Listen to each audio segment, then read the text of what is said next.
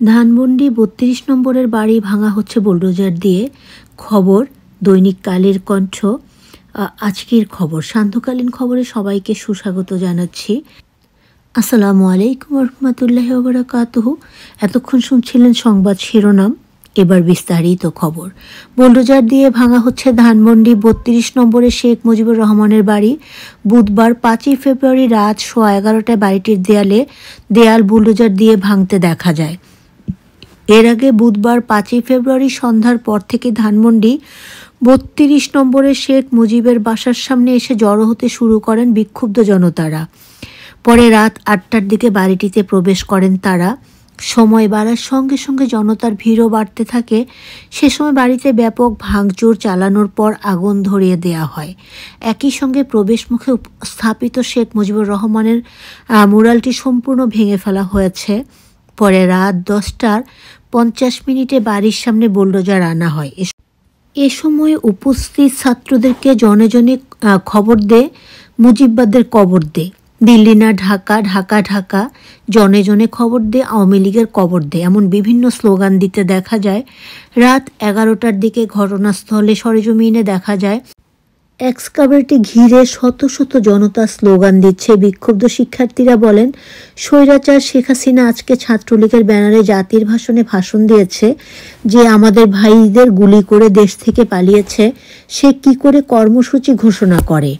আমরা এদেশে বঙ্গবন্ধু শেখ হাসিনার কোনো অস্তিত্ব রাখব না। যারা ছাত্র হত্যার সঙ্গে জড়িত ছিল সেসব ফেসিবাদের কোনো চিহ্ন বাংলাদেশের মাটিতে রাখতে চাই না। অবিলম্বে শেখ হাসিনাকে দেশে ফেরত এনে শাস্তির ব্যবস্থা করতে হবে। নিষিদ্ধ সংগঠনের কোনো কর্মসূচি বাস্তবায়ন করতে দেয়া হবে না। অবিলম্বে শেখ হাসিনাকে দেশে ফেরত এনে তার শাস্তির ব্যবস্থা করতে হবে। এর আগে নিষিদ্ধ স্বঘোষিত সংগঠন ছাত্রলীগের নেতাকর্মীদের সঙ্গে ক্ষমতাচ্যুত প্রধানমন্ত্রী শেখ হাসিনা ভার্চুয়াল অধিবেশনে যোগদানের ঘোষণা দেন। এর প্রতিবাদে বুধবার রাত 9টার দিকে লং মার্চ টু ধানমন্ডি 32 কর্মসূচির ঘোষণা দেয় জুলাই রেভলিউশনারি অ্যালায়েন্স। এছাড়া সন্ধ্যায় ছাত্র জনতা আন্দোলনের নামে ফেসবুকে বিভিন্ন পেজে কর্মসূচির ঘোষণা দিয়ে পোস্ট করা হয়। প্রসঙ্গত, গত বছরের 5ই অগাস্ট বৈষম্য বিরোধী ছাত্র আন্দোলনের ডাকা মার্চ টু ঢাকা কর্মসূচিতে উদ্বুদ্ধ পরিস্থিতিতে প্রধানমন্ত্রীর পদ থেকে পদত্যাগ করার পাশাপাশি দেশ ছেড়ে পালিয়ে যান আওয়ামী লীগ সভাপতি শেখ হাসিনা। এ খবর পাওয়ার পরপরই বিকেলে বঙ্গবন্ধু ধানমন্ডি 32 নম্বরের বাড়িতে অগ্নিসংযোগ করেছিল উত্তেজিত জনতা। House number 32 in Dhanmondi is being demolished with a bulldozer. Online desk news, Daily Kaler Kontho. Sheikh Mujibur Rahman's house at Dhanmondi 32 is being demolished with a bulldozer. On Wednesday, February 5 at 11:15 p.m., the wall of the house was seen being demolished with a bulldozer. Earlier on Wednesday, February 5 evening, the agitating students started gathering in front of Sheikh Mujib's house at Dhanmondi 32 number. They later entered the house around 8 p.m. As time passed, the crowd also increased. At that time, the house was extensively vandalized and set on fire. At the same time, the mural of Sheikh Mujibur Rahman installed at the entrance was completely demolished. Later at 10:50 p.m., a bulldozer was brought in front on the house. At that time, the students present were seen raising various slogans like "Give news to everyone," "Bori Mujibad," Delhi not Dhaka, Dhaka Dhaka, give news everyone, Bori Awami League. At around 11 p.m., hundreds of people were seen changing slogans around the excavator. The agitating students said the authorities Sheikh Hasina addressed the nation today under the banner of the Chhatra League. How can someone who shot our brothers and fled their country announce a program? We will not allow Bangabandhu and Sheikh Hasina to exit in this country. We do not want to leave any trace of the fascists who were involved in the student killings on the soil of Bangladesh. Sheikh Hasina must be brought back to the country immediately and punished. The banned organization will not be allowed to implement any program. Sheikh Hasina must be brought back to the country immediately and punished. Earlier ousted Prime Minister Sheikh Hasina announced to join a virtual session with leaders and activities of the banned organization Chhatra League. In posted the July Revolutionary Alliance announced a long march to Dhanmondi 32 program at around 9 p.m. on Wednesday. In addition, in the evening, various pages on Facebook under the name Chhatra Janata Andolon around the program.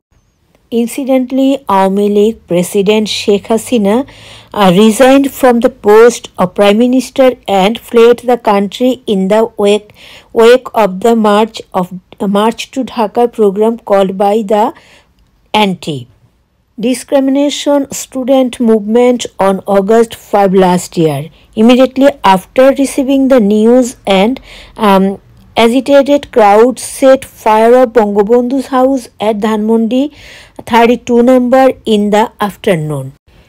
ছোট্ট এই খবরটি জুড়ে যারা পাশে ছিলেন প্রত্যেকের জন্য অনেক ধন্যবাদ। আমি কোনো দল করি না, জীবনে কখনো করিও নি, কিন্তু তারপরও কিছু কথা বলতে হয় যে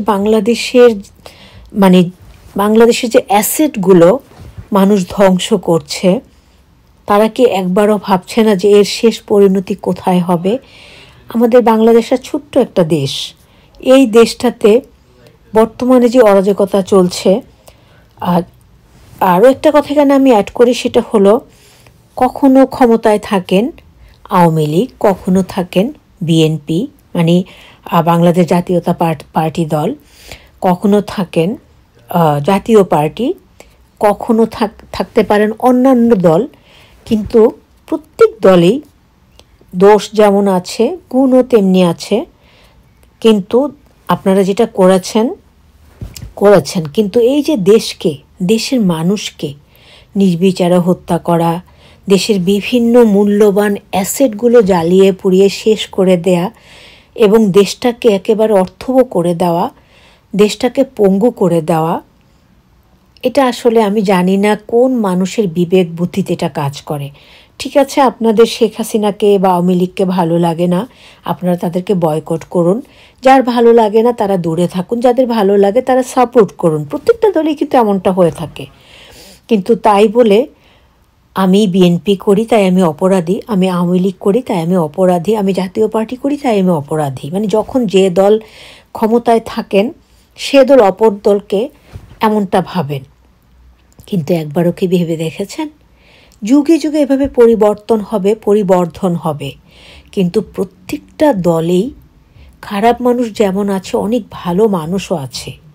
তাই বলে আপনারা খারাপ ভালো সেই বিবেচনা না যেয়ে নির্বিচারে আপনারা অ্যারেস্ট করেন। আপনারা যখন যেই দল থাকেন সবাইকে বলছি, আপনারা নির্বিচারে অ্যারেস্ট করেন, হয়রানি করেন, মেরে ফেলেন, মারধর করেন, বাড়িঘর জ্বালিয়ে পুড়িয়ে দেন।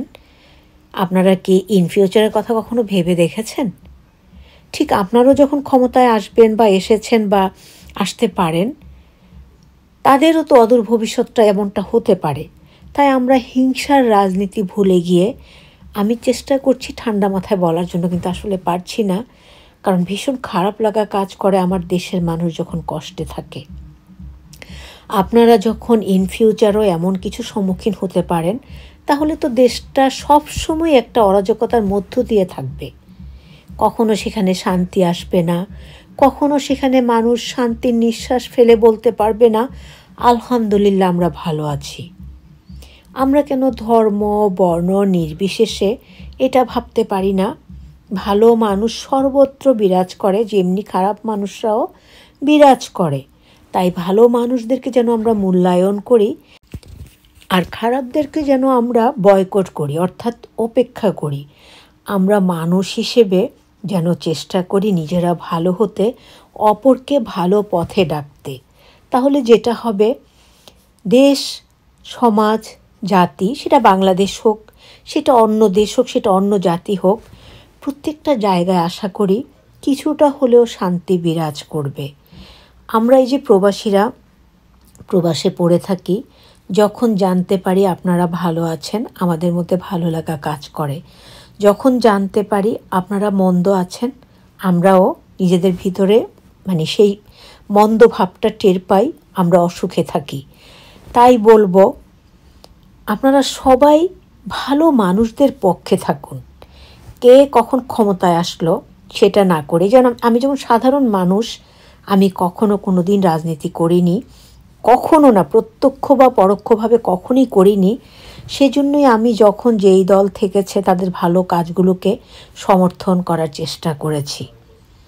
কারণ রাতের পরে যেমন দিন থাকে, দিনের পরে তেমনি রাতও থাকে।